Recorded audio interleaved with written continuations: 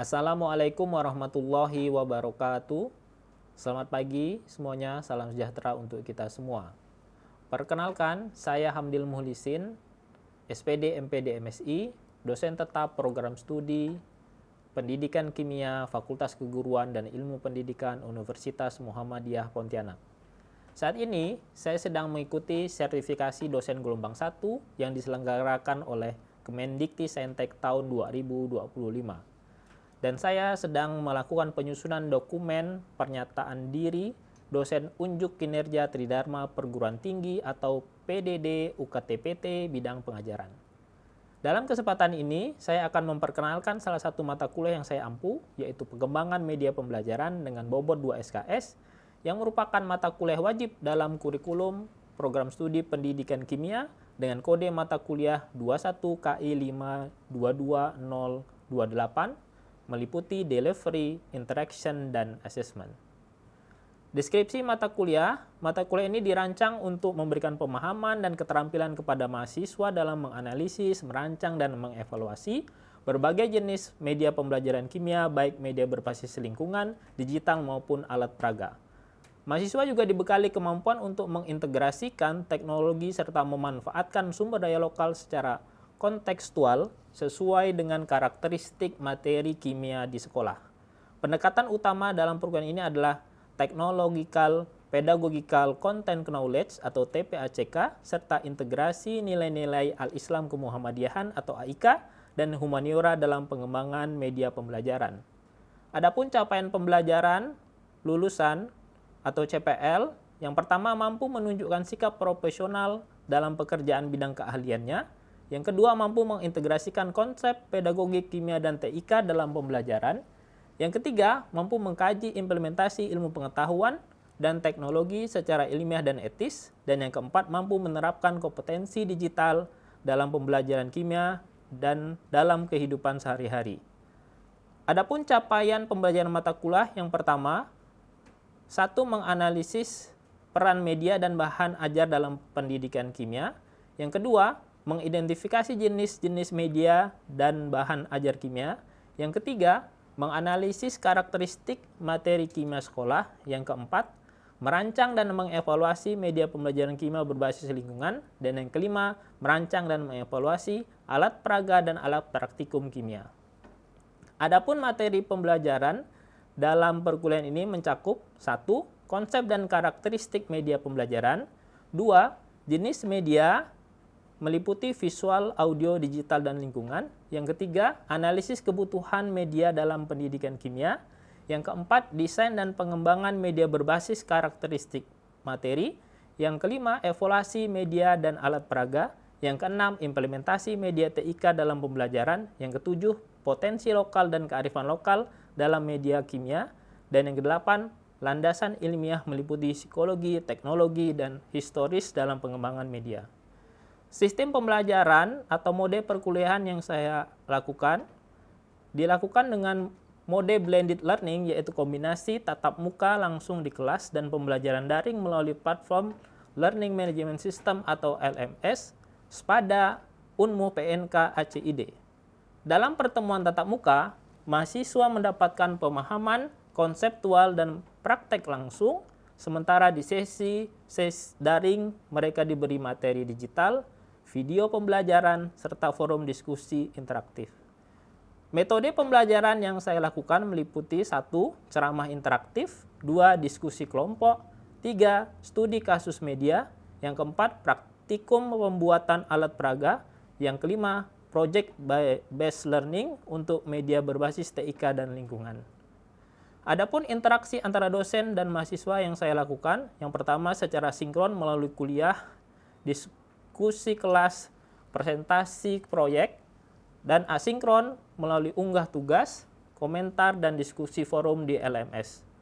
Saya juga memberikan umpan balik formatif secara berkala untuk mendukung pengembangan proyek media mahasiswa. Pendekatan yang digunakan bersifat partisipatif, kolaboratif, berbasis proyek dengan tujuan membangun kemampuan berpikir kritis, kreatif, dan inovatif dalam mengembangkan media pembelajaran kimia yang konseptual dan relevan. Adapun sistem penilaian yang saya lakukan bersifat holistik dan berbasis kinerja mahasiswa yang terdiri dari 1. Partisipasi dan kehadiran sebesar 10%, 2. Tugas individu atau kelompok sebesar 25%, 3. Proyek media pembelajaran, desain dan alat 30%, 4. Presentasi dan praktek media 15%, 5. UTS 10% dan UAS 10%. Saya melakukan penilaian secara objektif berdasarkan indikator seperti ketepatan dan penguasaan materi, partisipasi aktif, serta kemampuan analisis terhadap studi kasus. Saya menggunakan rubrik penilaian yang jelas dan terukur, dan hasil evaluasi saya sampaikan kembali kepada mahasiswa sebagai dari proses umpan balik untuk meningkatkan kualitas pembelajaran. Pendekatan ini bertujuan untuk menumbuhkan kemandirian, kreativitas, serta kolaborasi dalam pengembangan media pembelajaran kimia yang relevan dan kontekstual, serta menciptakan pembelajaran yang berpusat pada mahasiswa, sekaligus menyiapkan lulusan yang mampu berpikir kritis, adaptif terhadap perubahan, serta siap menghadapi tantangan dunia kerja yang dinamis. Baik, untuk tahap berikutnya, mari kita saksikan video pembelajaran mata kuliah pengembangan media pembelajaran. Bismillahirrahmanirrahim. Assalamualaikum warahmatullahi wabarakatuh. Waalaikumsalam warahmatullahi wabarakatuh. Alhamdulillahirabbil alamin. Puji syukur kita panjatkan kehadirat Allah Subhanahu wa taala. Pada kesempatan siang hari ini kita dapat kembali bertemu dalam perkuliahan pengembangan media pembelajaran. Semoga para mahasiswa dalam keadaan sehat walafiat tanpa kurang suatu apapun. Amin. Baik, sebelum kita mulai, marilah kita berdoa. Silahkan Vicky pimpin doa. Sebelum kita memulai pembelajaran kita pada hari ini, marilah kita berdoa menurut keyakinan dan kepercayaan kita masing-masing. Berdoa dulu. Doa selesai. Oke, masuk semua hari ini? Tidak. Siapa yang tidak hadir? Julaika. Kenapa Julaika? Oh, sakit. Kita doakan semoga Julaika segera sembuh dan minggu depan bisa kembali mengikuti perkuliahan ini ya. Oke. Masih ingat minggu lalu kita belajar apa? Masih. Oh ya, apa Nur? Minggu lalu itu kita bahas tentang klasifikasi media pembelajaran. Ya, ada apa saja media pembelajaran itu? Media pembelajaran itu ada media umum, ada media visual, sama ada media audiovisual. Itu berdasarkan panca indera ya. Jadi ketika kita membaginya berdasarkan panca indera, media itu bisa diklasifikasikan menjadi visual, audio, dan audiovisual. Oke. Terima kasih Nur. Ada yang lain? Berdasarkan klasifikasi yang lain? Oh ya, silakan Salma. Ada beberapa, yaitu yang pertama media grafis, Iya. lalu media tiga dimensi, media proyek, dan media lingkungan atau lingkungan. Oke, itu berdasarkan apa itu pembagiannya itu? Itu berdasarkan bentuk atau sifatnya. Bentuk atau sifatnya. Siap. Apalagi? Oh ya, silakan Irina. Ada 3 media. Yang pertama itu tentang media tradisional atau konvensional, yang kedua media teknologi mutakhir atau modern, dan yang ketiga multimedia interaktif. Oke, sip. Tepuk tangan untuk kita semua ya. Banyak. Ternyata mahasiswa ingat ya dengan materi yang minggu lalu. Semoga ini menjadi motivasi juga kepada kita untuk melanjutkan ke pembelajaran kita pada kesempatan hari ini. Nah, hari ini Bapak akan menyampaikan materi tentang masih berkaitan dengan media ya. Tetapi kita khususkan terhadap pembelajaran kimia. Jadi media dan bahan ajar pada pembelajaran kimia seperti itu. Jadi kita akan mempelajari tema tersebut. Nah, adapun tujuan dari pembelajaran kita yang pertama adalah menjelaskan konsep media dan bahan ajar dalam konteks pembelajaran kimia. Yang kedua, diharapkan nanti kalian bisa mengidentifikasi jenis-jenis media dan bahan ajar yang digunakan dalam pembelajaran kimia di sekolah.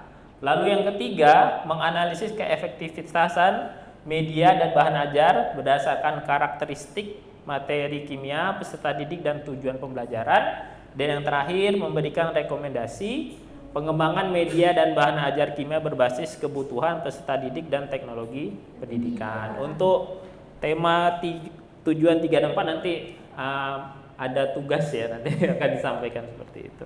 Nah, sebelum itu Bapak akan tampilkan satu video. Nah, video ini silahkan nanti diperhatikan untuk dilihat. Nah, akan Bapak tanya apa kesimpulan dari video tersebut. Oke. Baiklah, mari kita bicara kimia. Yang sebenarnya bukan cuma tabung reaksi dan rumus-rumus yang menakutkan. Bayangkan kamu masuk kelas dan bukannya menatap buku pelajaran, guru mengeluarkan sebotol kok dan beberapa mentos. Langsung jadi pelajaran tentang reaksi gas. Itulah yang dimaksud dengan media dan materi pengajaran kimia. Begini, kimia itu tentang memahami bagaimana dunia bekerja. Tapi jujur saja, bisa jadi sedikit membosankan kalau kamu cuma menghafal rumus. Jadi, bagaimana kalau kamu bisa menggunakan benda-benda yang kamu lihat setiap hari, seperti soda kue dan cuka, atau bahkan ponselmu, untuk membuat pembelajaran jadi lebih mudah. Oke, sudah disaksikan ya videonya. Jadi apa nih kesimpulan dari video tersebut? Ada yang ingin menyampaikan? Silakan, siapa? Saya, Pak. Silakan Lexi. Jadi menurut saya kesimpulannya adalah media pembelajaran itu penting digunakan oleh guru, Pak. Terutama di kimia agar pembelajaran tersebut tidak membosankan. Karena sekarang sudah banyak media yang bisa digunakan dan dimanfaatkan dalam pembelajaran seperti animasi, video, praktikum atau lab simulasi dan lain sebagainya. Oke, kita kasih tepuk tangan ke Lexi.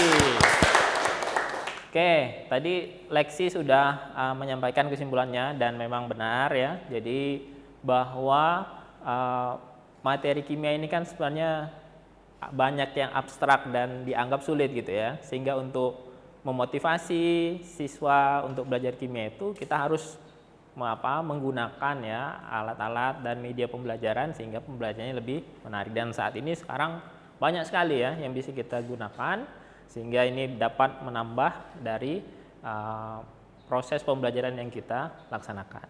Oke, kita lanjutkan dulu. Nah, jadi terkait tentang konsep dasar ya media dan bahan ajar.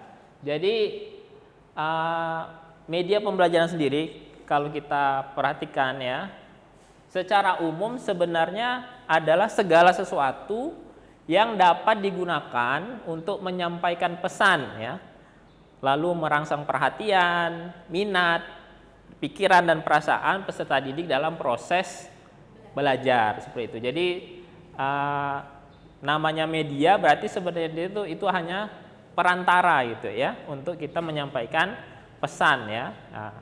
Bahkan guru pun itu bisa dianggap sebagai media gitu ya untuk menyampaikan materi pembelajaran yang diajarkan. Nah, dalam konteks pembelajaran kimia setidaknya ada beberapa ya seperti contoh media. Yang pertama visual ya, misalnya visual itu yang bisa kita lihat ya. Nah, itu seperti gambar molekul ya. Terus ada diagram reaksi kimia gitu ya. Lalu ada yang bentuknya audio yang mungkin seperti rekaman penjelasan konsep ya yang biasa kita dengar mungkin di voice note atau apa yang memang itu bentuknya rekaman ya.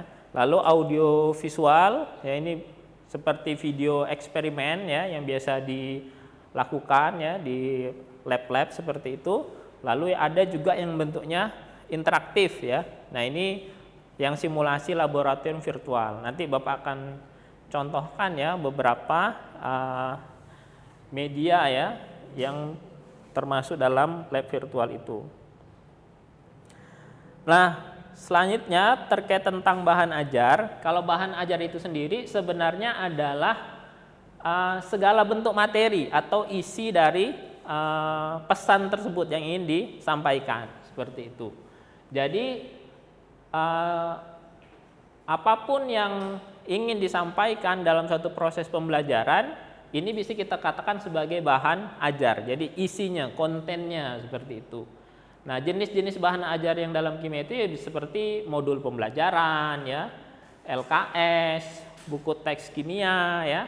Lalu bahan digital seperti e-book, aplikasi pembelajaran serta bahan eksperimen yang pada dasarnya di dalam itunya semuanya terdapat isi dari pembelajaran tersebut. Nah, ada persamaan dan perbedaannya antara media dan bahan ajar. Kadang-kadang kan orang suka bingung, ini masuk media atau ini masuk bahan ajar ya. Ini perlu kita pahami. Jadi secara umum persamaannya antara media dan bahan ajar itu yang pertama adalah tujuannya sama sebenarnya ya, yaitu untuk mendukung, memudahkan dalam proses belajar sehingga pembelajaran dapat berjalan secara efektif. Yang kedua, membantu pemahaman ya. Jadi baik media maupun bahan itu dirancang untuk membantu pemahaman peserta didik terhadap konsep, informasi, dan keterampilan yang diajarkan. Yang ketiga, meningkatkan motivasi ya. Jadi penggunaan media ini yang menarik dan sebagainya, bahan ajar yang relevan itu pasti akan menambah motivasi dari peserta didik dalam mengikuti pembelajaran. Yang keempat, sebagai sumber informasi ya. Jadi sumber informasi ini artinya di dalam media dan bahan ajar ini akan berisi tentang informasi dan pengetahuan bagi peserta didik yang harus dipelajari. Dan yang kelima, ini bisa berupa fisik dan digital ya, apalagi di zaman sekarang ya. Jadi media dan bahan ajar ini dapat berbentuk fisik, buku, poster, model, ataupun yang berbentuk digital seperti video, animasi, e-book, dan lain sebagainya. Nah, ini secara persamaannya. Lalu perbedaannya ya, kalau kita lihat dari definisi utamanya bahwa memang media pembelajaran itu ya perantara ya atau alat untuk menyampaikan pesan gitu ya. Sedangkan bahan ajar itu materi atau substansinya.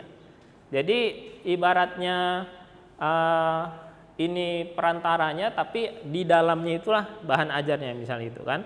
Jadi kalau misalnya kita mengirim pesan WA ya, jadi WA-nya itu adalah medianya, sedangkan isi pesan WA-nya itu adalah materi atau bahan ajarnya, seperti itu. Yang kedua, perbedaannya dari fokus ya. Nah, kalau media pembelajaran itu penyampaian pesan, fokusnya pada penyampaian pesan dan interaksi dalam proses pembelajaran. Jadi bagaimana menyampaikan pesan, bagaimana interaksi antara guru dan peserta didik. Sedangkan bahan ajar ini lebih kepada isi atau kontennya, apa yang ada di dalamnya. Lalu peran, jelas ya, media pembelajaran ini perannya adalah sebagai saluran komunikasi dan alat bantu saja ya, dari guru ke siswa ya. Sedangkan bahan ajar itu adalah pedoman utama, substansinya, apa yang ada yang ingin disampaikan. Contoh-contohnya ya seperti video pembelajaran itu ya, audio, animasi, slide ya, OHP ya, termasuk guru pun sebenarnya ini bisa termasuk dalam media pembelajaran. Nah, kalau bahan ajar, buku teks, modul, lembar kerja gitu ya, diktat, hangout ya, e-book ya, artikel ya. Nah, ini yang memang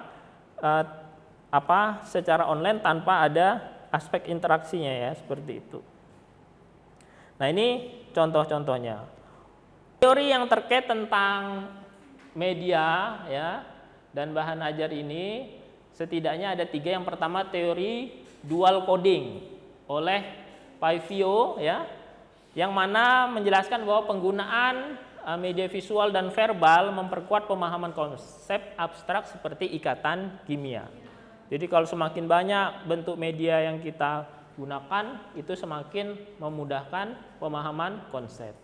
Lalu teori cognitive load theory oleh Schweller ya.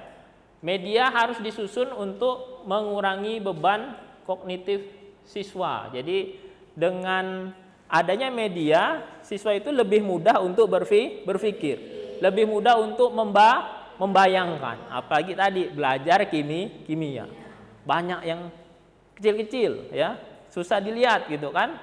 Nah, sehingga perlu. Lalu konstruktivisme ya, ini teori konstruktivisme oleh Piaget dan Vygotsky ya. Media harus mendorong aktivitas siswa secara aktif dengan aktif membangun pengetahuan. Jadi dengan ada media ini semakin mendorong minat ya, motivasi untuk membelajar seperti itu. Nah, lalu apa kriteria media dan bahan ajar yang efektif untuk pembelajaran kimia? Yang pasti ya, segala bentuk media dan bahan ajar itu yang pertama harus relevan ya, sesuai dengan kompetensi dasar atau tujuan pembelajarannya apa. Jadi kalau ingin A tapi B yang disampaikan tidak sesuai. Yang kedua, menarik dan memotivasi belajar. Jadi selalu ya, kalau media pembelajaran itu menarik dan memotivasi, ini akan sangat baik untuk meningkatkan semangat dan minat siswa. Lalu fleksibel dan mudah digunakan. Artinya jangan terlalu fleksibel, itu ya bisa digunakan di mana saja gitu ya, kapan saja gitu ya, sehingga tidak tergantung tempat dan waktu tertentu. Yang empat, valid dari sisi isi dan pedagogis, artinya ya materinya sesuai ya, bukan materinya yang salah yang disampaikan, betul. Yang betul sudah divalidasi. Yang kelima, mendukung pemahaman konsep abstrak dan eksperimen. Jadi apalagi belajar kimia itu perlu sekali ya, media yang memang bisa memfasilitasi ini semua. Oke, sampai di sini ada yang ingin disampaikan? Ada komentar? Tidak ada ya, paham ya? Oke, kalau tidak ada kita lanjut ya. Di sini Bapak akan membentuk kelompok. Kita mulai dulu dari kelompok 1 nih, kasus pertama nih tentang media video eksperimen di sekolah nih. Nah, kelompok 1 siapa nih yang mau jawab nih? Saya, Pak. Oke, Salma, silakan Salma. Yang lain boleh kita perhatikan, dengarkan jawabannya. Oke, di sini ada pertanyaan yang pertama, apa kemungkinan penyebab dari rendahnya keterlibatan siswa meskipun media yang digunakan sudah menarik? Yang pertama, di sini siswa tidak hanya menjadi penonton, tapi mereka juga pasif, tidak diberikan kesempatan untuk berinteraksi dan menganalisis video yang ditampilkan oleh guru tersebut. Lalu tidak ada aktivitas atau pertanyaan juga yang menyertai di video, jadi hanya dalam bentuk video sudah Video gitu, jadi ya. tidak ada lah ya. Lalu ada kurangnya juga keterkaitan dengan pengalaman nyata siswa, jadi siswa nggak relate gitu dengan video tersebut. Betul. Bisa jadi videonya nggak relate kan? Iya. Lalu yang kedua itu soalnya bagaimana solusi agar video eksperimen tersebut bisa lebih meningkatkan partisipasi aktif siswa. Solusinya di sini guru bisa menggunakan lembar observasi untuk diisi siswa selama menonton. Jadi bisa tidak hanya nonton gitu ya. Jadi siswa itu bisa menulis menurut dia, oh seperti ini loh. Betul. Oke, gimana jawabannya? Oke ya, sip ya. Kita kasih aplaus untuk kelompok 1. Kita lanjut ke kasus yang ketiga ya, tentang evaluasi media interaktif digital. Oke, siapa nih kelompok 3 yang mewakili? Raja. Oh, Raja. Silakan Raja. Yang pertanyaan itu mengapa penggunaan media digital interaktif tidak otomatis meningkatkan pemahaman siswa? Menurut kelompok kami itu Pak, penyebab kurangnya pemahaman yaitu siswa tidak memiliki tujuan eksplorasi yang jelas. Yang kedua itu tidak semua siswa mengerti perseptasi grafis atau data dalam simulasi. Dan yang terakhir itu tidak ada bimbingan atau refleksi panca kegiatan. Oke, jadi yang pertama tuh jadi dia malah tidak paham gitu, dia apa nih mau ngapain gitu ya. Jadi walaupun medianya udah canggih kayak lab virtual gitu kan, tapi gara-gara dia pun tidak tahu mau ngapain gitu kan. Nah, terus ya guru memang perlu ya harusnya, karena gurunya tidak ada bimbingan lebih lanjut, bisa jadi ini menyebabkan dia semakin kurang paham gitu ya. Oke, lanjut. Nomor 2. Yang kedua itu apa yang seharusnya dilakukan guru sebelum dan sesudah siswa melakukan simulasi tersebut. Menurut kelompok kami itu peran guru yaitu menyediakan lembar kerja eksploratif dengan pertanyaan panduan. Yang kedua itu menjelaskan cara membaca data dan grafik. Dan terakhir itu melakukan diskusi reflektif setelah simulasi. Oke, jadi guru harus perannya sebelum dia harus memberikan arahan yang jelas gitu ya. Dan setelah menggunakan media itu dia juga harus memberikan arahan lagi gitu kan, menjelaskan minimal apa maksudnya seperti itu. Oke, tadi kita sudah berdiskusi ya masing-masing kelompok. Jadi ada 3 kasus yang sudah kita bahas ya, dan saya sangat mengapresiasi kalian dapat berdiskusi dengan baik sehingga bisa memberikan ya mampu menyelesaikan kasus-kasus tersebut. Kita kasih aplaus dulu ya untuk kita semua ya. Oke. Nah, untuk semakin memahami lagi ya, Bapak akan memberikan tugas. Tugas ini kalian nanti akan diminta untuk menganalisis media dan bahan ajar di sekolah. Jadi nanti secara studi lapangan ya. Nah, nanti ini Anda bisa mengunjungi, mengisi ya form untuk laporan ini di dalam LMS kita, yaitu https:// pada Unmuh PNK ACID ya, di mana nanti di situ ada Google Form. Yang Google Form itu nanti berupa pertanyaan yang bisa diisi ya sesuai dengan tujuan dari untuk menganalisis media dan bahan ajar di sekolah ini. Nanti ini secara kelompok. Jadi nanti kalian bisa menemui ya, mewawancara kepada guru ya tentang media atau bahan ajar yang digunakan. Nanti Anda tinggal isi saja. Atau kalaupun tidak, nanti Anda bisa scan barcode di sini sehingga nanti Anda bisa langsung terhubung ke dalam Google Form ini, seperti itu.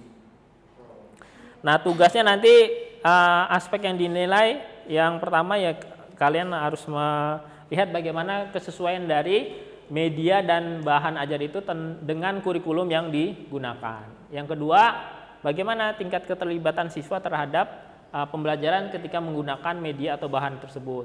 Yang ketiga, bagaimana keterpaduan karakteristik materinya, abstrak, kompleks, atau yang berbahaya.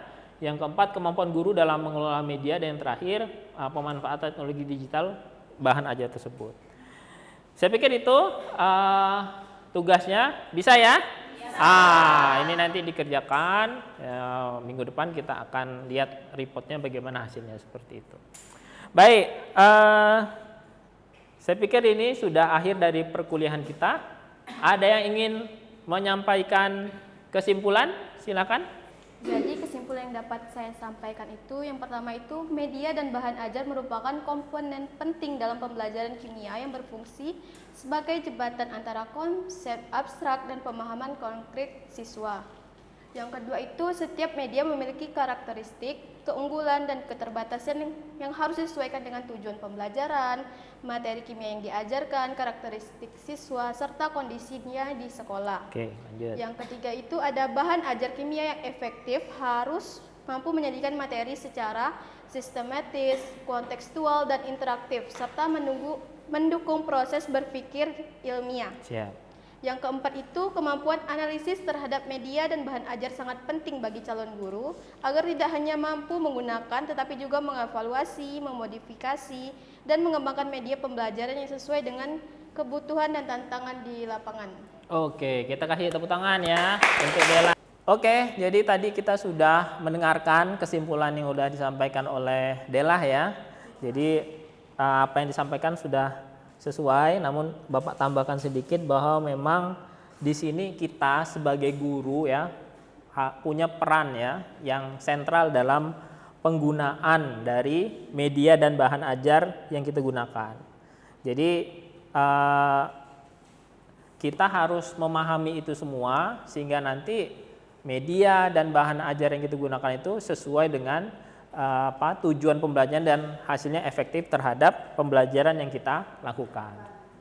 Baik, saya pikir itu pertemuan kita pada kesempatan kali ini. Terima kasih banyak atas atensinya, kontribusinya terhadap perkuliahan ini. Semoga para mahasiswa dapat memahami dengan baik apa yang disampaikan, dan jangan lupa ya tugasnya untuk dikerjakan. Oke. Baik, untuk mengakhiri perkuliahannya, mari saya akhiri kita membaca hamdalah. Alhamdulillahirabbil alamin.